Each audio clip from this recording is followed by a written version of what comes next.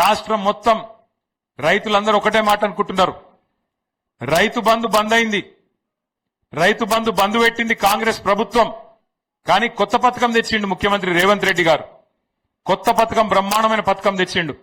ఆ పథకం పేరేందో ఎరికేనా మీకు? రైతు బంధు లేదట, కానీ రాహుల్ బంధు ఉందట. రాహుల్ బంధు. రాహుల్ బంధు అంటే ఎరికేనా?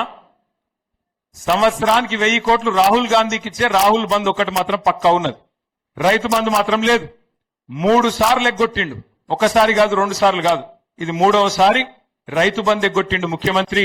రాహుల్ బంధు అనే పథకం పెట్టి ఆ రాహుల్ బంధు పథకం కింద ఆయన సీటు కాపాడుకునేందుకు గాంధీ కుటుంబానికి, రాహుల్ గాంధీకి పైసలు కమ్మి పడ్డాయట.